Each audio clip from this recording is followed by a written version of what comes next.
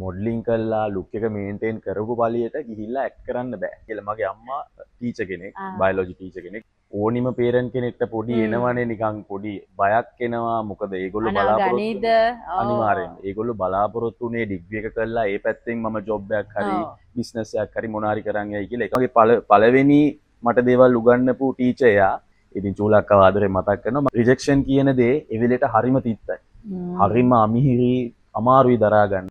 Hi, ඉතින් welcome to back talk with Varsha. ඉතින් ඔන්න අදත් අපි ගොඩක් කාලෙකින් තමයි මේ වීඩියෝ එකක් කරන්නේ.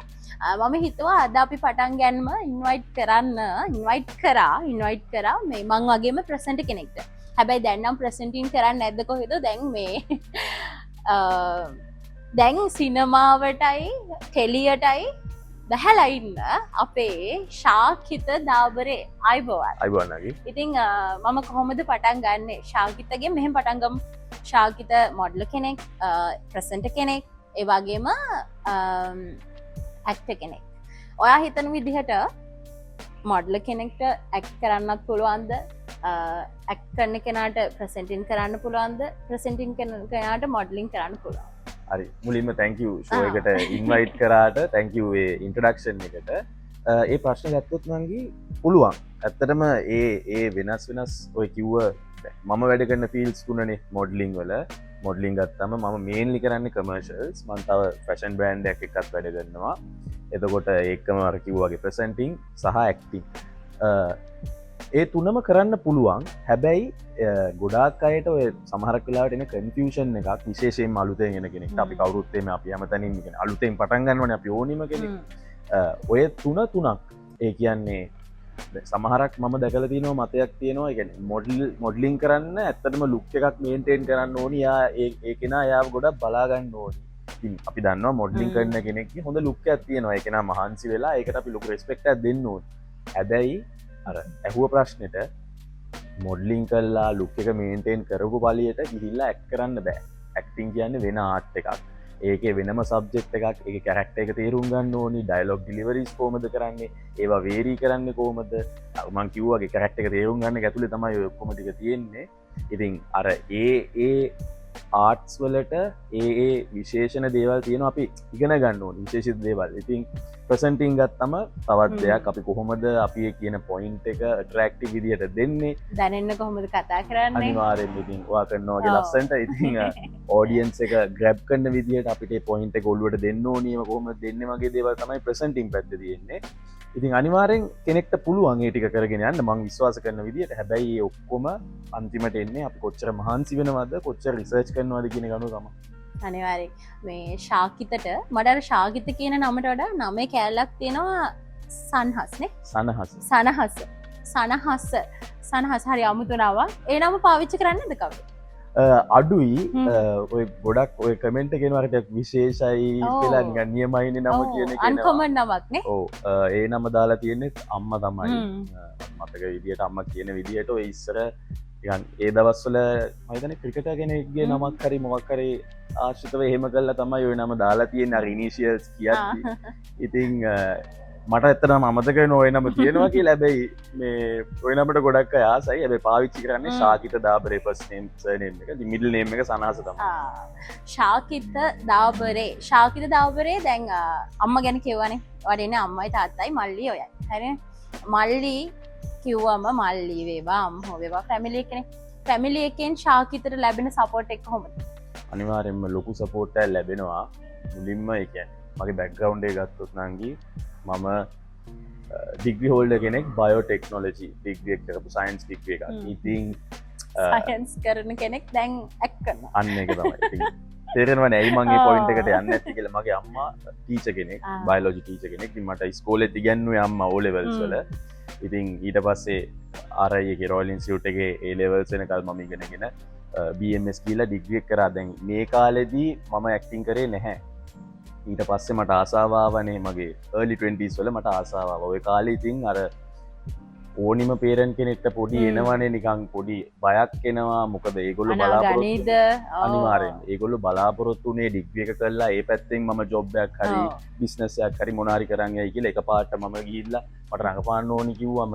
පොඩ්ඩක් එනවනේ ඉතින් හැබැයි මගේ පවුලේ මාව විශ්වාස කරා මගේ මල්ලි එයාට ස්කෝලදි පොඩි බැක්ගවන්් තිබ මොකද ඉංගලි ටේජ් ්‍රම කර ෂෝට් ෆිල්ම්ස් කල තින යාලුව එකතු වෙලා ඒවගේ බැක්ගවන්් තිබ ඇයි මම එන්නේ ස්කෝලෙන් උත්තවටලා කැම්පස් ඉන්න කාලෙ තමයි මට මේ ආසා වෙන්නේ ඉතින් අර මට එහෙම බැක්ගවන්් තිබෙත් නැති නිසා මට තවත් අමාරුණා මට තාත්තරය කන්වින්ස් කරන්න ඉතින් සපෝට්ක් ගැන කිව්වෝ ඒගොල්ල මාව බිලීව් කරාය කාලේ ටික මත් කටෙක් සදාගෙන මගේ වේස් හොයාගෙන එද්දී ඉතින් ටිකටික කාලෙත් එක් ඒගොල්ලන්ට ඊට පස්සේ තව කොන්ෆිඩන්ස් එක වැඩි වුණා. ඉතින් ඒ සපෝට් එක දිගටම තිබ්බා. ඉතින් අදටත් එහෙමයි. අම්මා තාත්තා මල්ලි ඉතින් ඒ තුන්දෙනා දෙන සපෝට් එක කමෙන්ට්ස් ඒ හැමදේම එක්ක තමයි ඉස්සරහට යන්නේ. ඉතින් ඒක තමයි ලොකුම හයිය. අයියා මේ එන්නේ කැන්ඩි ළමසි හරහනේ කැන්ඩි ළමසි හරහනේ මේ ෆීල්ඩ් එකට එන්නේ. එතකොට ඒක සිටි හිට්ස් එකේ තමයි මේව කරලා මේ ආරාධනා ලැබිලා තියෙනවද එන්න කියලා දැන් ඕකෙන් පස්සේ කැන්ඩි ළමසියකින් පස්සේ ආරාධනා ලැබිලා තියෙ ඕන තරම් හරිද එතකොට තමන්ට ගැළපෙන කැරක්ටර් එක මොකක්ද කියලා තෝරගන්න සමහරක් වෙලාවට රංගපාන කෙනාටත් බෑ හරිද සමහරක් වෙලාවට අපි දැන් මෙහෙමනේ අය ඇක්ට් කරන අය සල්ලි වෙනුවෙන් රංගපාන තමන්ගේ හොබි එක විදිහට රංගපාන එහෙම නැත්නම් ඒක ෆේවරේෂන්ස් කරගෙන රංගපානවා. එහෙම දේවල් කරනවනේ. ඔයාගේ ජීවිතේ ඔයා රංගපාන්න හිතුවේ ඇයි? ඇත්තටම ඇක්ටිං කියන එක ඇතුලේ මට තියෙන සැටිස්ෆැක්ෂන්. ඒ කියන්නේ මම ස්ටාර්ට් කරපු තැන කියන්න. ඇත්තටම ගොඩනගන්නේ මම 2020 අවුරුද්දේ තමයි ඔයා කිව්ව කැන්ඩිලා මිස් එක පටන් ගත්තේ.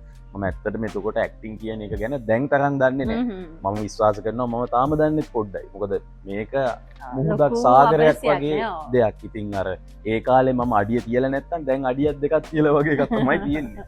ඉතින් මට ආසාව ආවේ මම හරි ආසයි මේ කැරක්ටර් එකක් කරනකොට ඒ මයින්ඩ්සෙට් එක ඇතුළට ගිහිල්ලා ඒක කොහොමද එළියට දෙන්නේ කියන එක ඒ වෙලාවේ ෂූට් කරන වෙලාවේ අපි ඇක්ට් කරන ඒ ප්‍රසන්ට් මොමන්ට් එක මම ගොඩක් එන්ජොයි කරනවා මම කරන කැරක්ටර්ස් වල ඊට අමතරව ඉතින් ඒක ප්‍රේක්ෂකයන්ට දැනුණා මේ එන කමෙන්ට්ස් අනිවාර්යෙන් මට නම් ඇක්ටර් කෙනෙක් හැටියට ඉතාමත්ම වටිනවා මොකද ඒක දැනුණා නම් අන්න අර අතන මේක මරුවා ඔන්නෝම එන තැන්වල ඒ එන සැටිස්ෆැක්ෂන් එක මම කියන්නේ දැන් මම ඇක්ටිං දකින්න දැන ඉතින් මුල් කාලේ අර ඇක්ටර් කෙනෙක් කිව්වම අර තියෙන ඒ ආසාවත් එක්ක එහෙම තමයි මම ඇක්ටිං දකින්නේ ඇක්ටිං වලට තියෙන ආසාව ඉතින් ඒ ආසාව පුරාවට මම තාමත් රිසර්ච් කරගෙන යනවා උත්සාහ කරනවා තව තවත් ඒ ඇක්ට් එක ඔඩියන්ස් එකට ෆීල් වෙන විදිහට දෙන්න මොකද අර කියන වගේ කැමරාවට බොරු කරන්න බෑ අනිවාර්යයෙන් ඉතින් ඒක try කරන්න බොරුවක්ද කියලානේ මේ ඔයා කියවනේ මේ ඔයාට දෙන ෆෑන් බේස් එක දෙන කමෙන්ට් එක ජීවිතේ පළවෙනි වතාවට ඔයා ඇක්ටර් කෙනෙක් වෙලා ප්‍රසිද්ධ වෙච්ච දවසක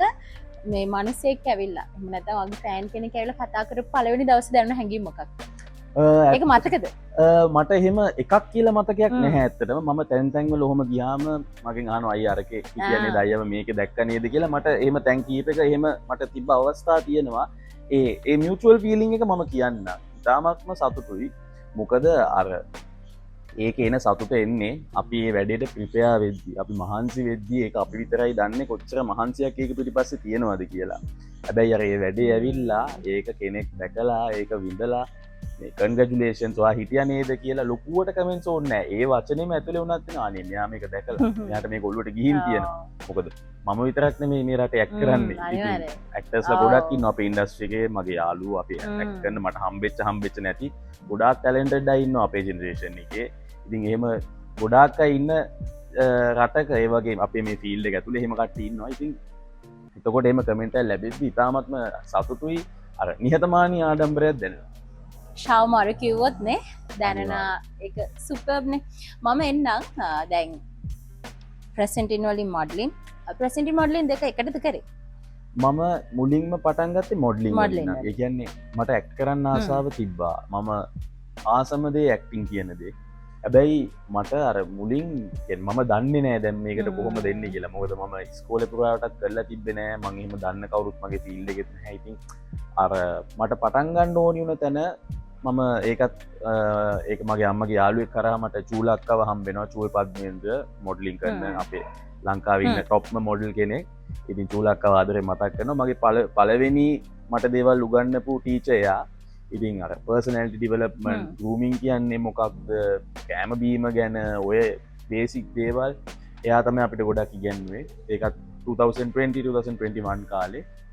ඉතින් චූලක ගාවට ගිහිල්ල මොඩලින් තමයි ම මුලින් කරේ එතන ම ඒ දෙවල් ඉගෙන ගන්න පොට තමයි මට අනිත් චාන්සසාාව කමර්ශල්ස් ඇක්ටිං ඒවම මෝඩිෂන්ස් ගියා එහෙම චාන්ත සරකන්ටෙක්ස් හරහා මෙහෙම වැඩත් තියෙනවා කියලා එහෙම ට්‍රයි කරලා පොඩි පොඩි වැඩත් එක්ක ඇවිල්ලා තමයි ඉතින් මේ ගමන ආවේ ස්ටාර්ට් එක මොඩලින් ඊට පස්සේ ඇක්ටිං ප්‍රසන්ටිං ඊට පස්සේ පොඩ්ඩක් මම ස්ටඩී කරලා මම ප්‍රසන්ටිං වලට ඊට පස්සේ ආවා මම දැක්කා ගොඩක් ඉංග්ලිෂ් වලින් තමයි ප්‍රසන්ට් කරලා තිබුණේ අපි එමු වැදගත්ම කාරණයකට දැන් කෙලි මං හිතන්නේ හිරු එකේ කරලා තියෙනවා අයියා ටෙලි එකක් කරලා දෙනවා මම දැක්කා ලොකු වැඩක් බාරගෙන තියෙනවා ටෙලි වලින් සිනමාවේ පළවෙනි වැඩේ තමයි සූර්ය සුළඟනේ ඔව් සූර්ය සුළඟ ඉතින් තාමත් ආසාවෙන් කරපු වැඩක් කිව්ව වගේ මගේ ෆස්ට් වැඩේ මම ඊට පස්සේ ෆිල්ම්ස් වලට ඇක් කරා ෆිල්ම්ස් වල සහභාගී වුණා හැබැයි මගේ පළවෙනි අත්දැකීම සූර්ය සුළඟ අපි 2023 අවුරුද්දේ වගේ ෂූට් කරේ 2023 අවුරුද්දේ ෂූට් කරපු එක තමයි 2026 ඊයේ තමයි ප්‍රීමියර් එක තියෙන්නේ අනිවාර්යෙන්ම ඉතින් සතුටුයි ගොඩක් සතුටුයි ඉතින් ප්‍රියන්ත කොළඹගේ මහත්මයා මතක් කරනවා ප්‍රියන්ත සර් ඉතින් ඒ chance එක දුන්නට මොකද ප්‍රියන්ත සර් මාව දන්නෙත් නැහැ මම ඔඩිෂන් එකකට ගිහිල්ලා එහෙම තේරුණ කෙනෙක් ඉතින් ඒ කැරක්ටර් එක ෆිල්ම් එකේ එහෙම ස්ක්‍රීන් ප්‍රසන්ස් එකක් ෆස්ට් වැඩේ ඇතුලේ දීපු එකට සැලූට්ස් ඇත්තටම මොකද ඒ විශ්වාසය මොකද සිනමා නිර්මාණයක් කියන්නේ බරපතල දෙයක් අපේ ඉන්ඩස්ට්‍රි එක ඇතුලේ ඉතින් ඒ වගේ විශ්වාසයක් තිබ්බ එකට තෑන්ක් කරනවා ඉතින් ප්‍රීමියර් එක තිබ්බේ ඊයේ දැන් හැමෝටම බලන්න පුළුවන් සූර්ය සුළඟ ගිහිල්ලා නරඹන්න මතක් කරමු අනිවාර්යෙන්ම ඉතින් මේන් රෝල් එක මේක සූර්ය ආරච්චි මේකටත් කන්ග්‍රැචුලේට් කරනවා නිහාරි පෙරේරා මෞලි දුෂ්මන්ත ඒ වගේ ආටිස්ලා තමයි ඉන්නේ ඉතින් ඒකත් එන්ජෝයි කරන්න කියනවා ඉතින් ඒ අත්දැකීම ගැන කිව්වොත් ඉතාමත්ම සතුටුයි ග්‍රේට්ෆුල් ඊයේ ස්ක්‍රීන් එකේ දකිද්දි ඉතාමත්ම සතුටක් ආවා කතාවේ වගේ කැරක්ටර් එක මොකක්ද මගේ කැරක්ටර් එක මම ඉන්නේ මේක මේන් රෝල් එක එතකොට මේකගේ ඔෆිස් එකේ යාළුවෙක්ට තමයි මම ඉන්නේ අර එතන මම වැඩි ගොඩාක් කියන්නේ නෑ මම නිකන් සරලව කියන්නම් අර යාළුව අතර තියෙන ඒ යූත් එකේ අපි යාළුව අතර තියෙන අර අපි කියන්නේ කොල්ල අතර තියෙන අර බොක්කේ ෆිට් එක කියන එක එහෙම පේන සිටුේෂන්ස් තමයි එතන තියෙන්නේ දැන් සෙට් එකට අලුත්නේ දැන් නම් අලුත් නෑනේ සෙට් එක ඇතුලේ රිජෙක්ෂන්ස් ඔයාලට මොන වගේද තියෙන්නේ රිජෙක්ෂන්ස් තිබිලා තියෙනවද අනිවාර්යෙන්ම රිජෙක්ෂන්ස් කියනවා තිබිලා තියෙනවා රිජෙක්ෂන්ස් කියන නංගි ඇහුවින්ද මම දෙයක් කියන්නම් රිජෙක්ෂන් කියන දේ එවිලට හරිම තිත්තයි හරිම අමිහිරි අමාරුයි දරාගන්න හැබැයි පස්සේ ටිකක් ගිහාම අපි රිජෙක්ෂන් එක හරියට ෆේස් කරා නම් අපිට තේරෙනවා ඒ රිජෙක්ෂන් එක එවෙල උන එකෙන් අපි ඉවෝල් වුණා කියලා අපිට වැඩිය හොඳ කෙනෙක් වුණා කියන හැබැයි අපි ඒක මුණ දෙන විදිහ අනුව රිජෙක්ෂන්ස් වෙලා තියෙනවා ගත්තොත් මම මුල් කාලේ ඇත්තම කියන්න ඕනි මම මොඩලින් කළා මම ඇක්ටිං කරන්න එද්දී මට තිබේ ආසාව විතරයි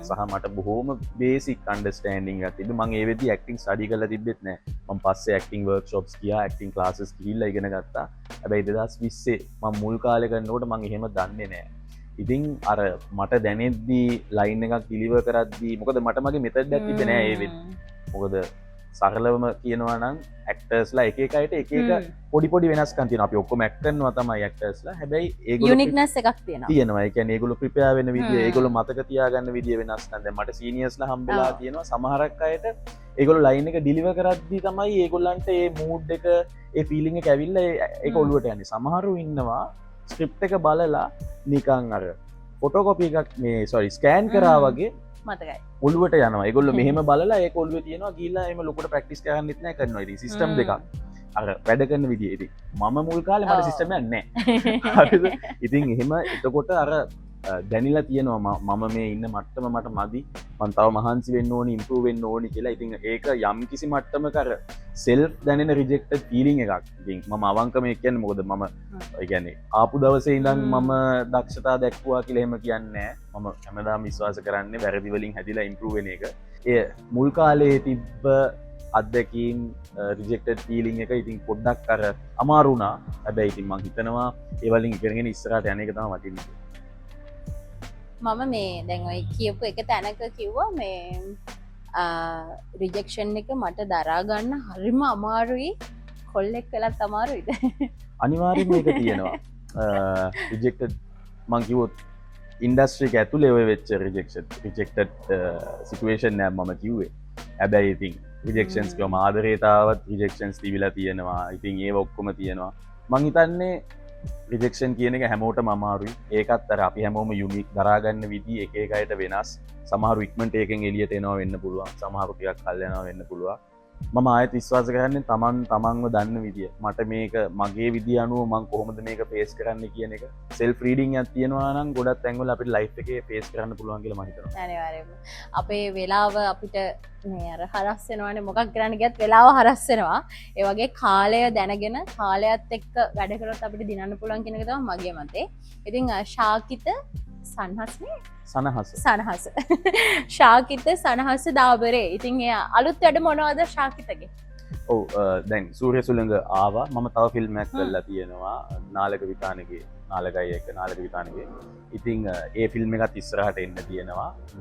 ඒක එනකල් මම බලාපොරොත්තු වෙනවා. ඇක්ටිං පැත්තෙන් ඒක මම තව ෂෝට් ෆිල්ම්ස් කීපයක් කරලා තියෙනවා. තාම ඇවිල්ලා නැහැ. 3ක් හෝ 4ක් වගේ එන්න තියෙනවා මගේ ෂෝට් ෆිල්ම්ස්. ඒව තමයි ඇක්ටිං සයිඩ් එකේ. ඉතින් කමර්ෂල්ස් කීපයක් කරා ඒවත් එන්න තියෙනවා. මේ දවස්වල ගොඩක් කරපේවා සෝෂල් මීඩියා ඩිජිටල් මීඩියා යන කමර්ෂල්ස් කමර්ෂල් මොඩලින් පැත්තෙන් ඒවා මම දැක්ක ගොඩක් බැංක්ස් වල ළඟදී මම බෑන්ක් කමර්ෂල් එකක් කරා. ඉතින් සතුටුයි ඒක ඔයා දැක්ක එකටත් සතුටුයි. ඉතින් කමර්ෂල් කියන එකත් මම ගොඩක් එන්ජොයි කරනවා. අර මොඩලින් පැත්තෙන් මම ගිය ඒරියා එකේ එක. ඉතින් මම තව මේ ෆැෂන් බ්‍රෑන්ඩ් එකක් එක්ක වැඩ කරනවා. ඒකත් මම බලාපොරොත්තු වෙනවා මගේ උපරිම දීලා ඒ බ්‍රෑන්ඩ් එකත් එක්කත් වැඩ කරගෙන යන්න. ඉතින් ප්‍රසන්ටිං වැඩ මේ ඔයා කරනවා වගේ වැඩ කීපයක් කරන්නත් උත්සාහ කරනවා ඉස්සරහට. මේන්ලි ඉවෙන්ට් සහ වීඩියෝ ප්‍රසන්ටිං වැඩ තමයි මම කරන්නේ. එහෙම තමයි. ඉතින් ඒ ටික ඉස්සරහට කරගෙන යන්න බලාපොරොත්තු වෙනවා. ඔව් ඉතින් ඔයාලටත් පුළුවන් ශාකිතගෙන් වැඩක් ගන්න. ශාකිතගෙන් වැඩක් ගන්න අනිවාර්යයෙන්ම මං හිතන්නේ හොඳ දක්ෂ කෙනෙක්, හරිම නිහතමානී කෙනෙක්, ඕනම දෙයක් කතා කරගන්න පුළුවන් කෙනෙක්. අර අපි කියනානේ ඉදිරියට යන්න වී කරලක් වගේ වෙන්න ඕනේ. අර බොල් වී කරලක් වෙන්න එපානේ. මොනවද අවසාන වශයෙන් කියන්න තියෙන්නේ වගේ ප්‍රේක්ෂකයන්ට?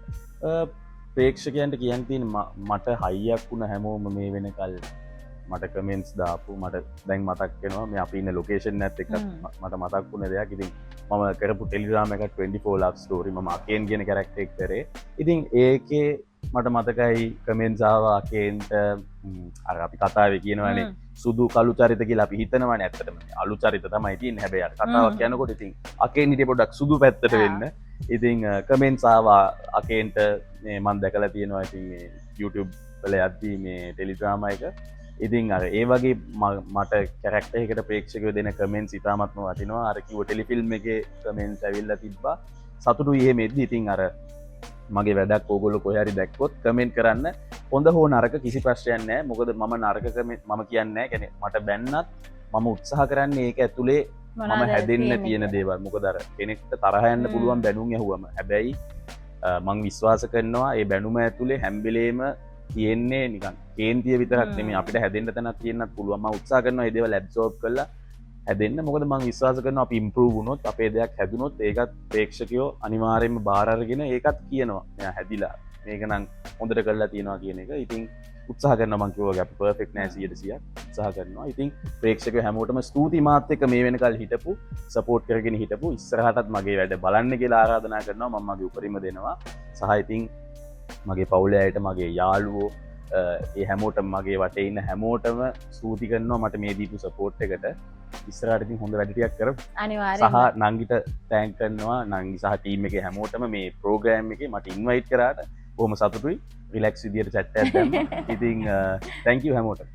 thank you. ඉතින් ශාකිත දාබරේව ඔයාලට කන්ටැක්ට් කරගන්න පුළුවන් Facebook ඕනම social media හරහානේ. Facebook, Instagram, TikTok මේල් යස් කරන්න ඒවනවා. හරි.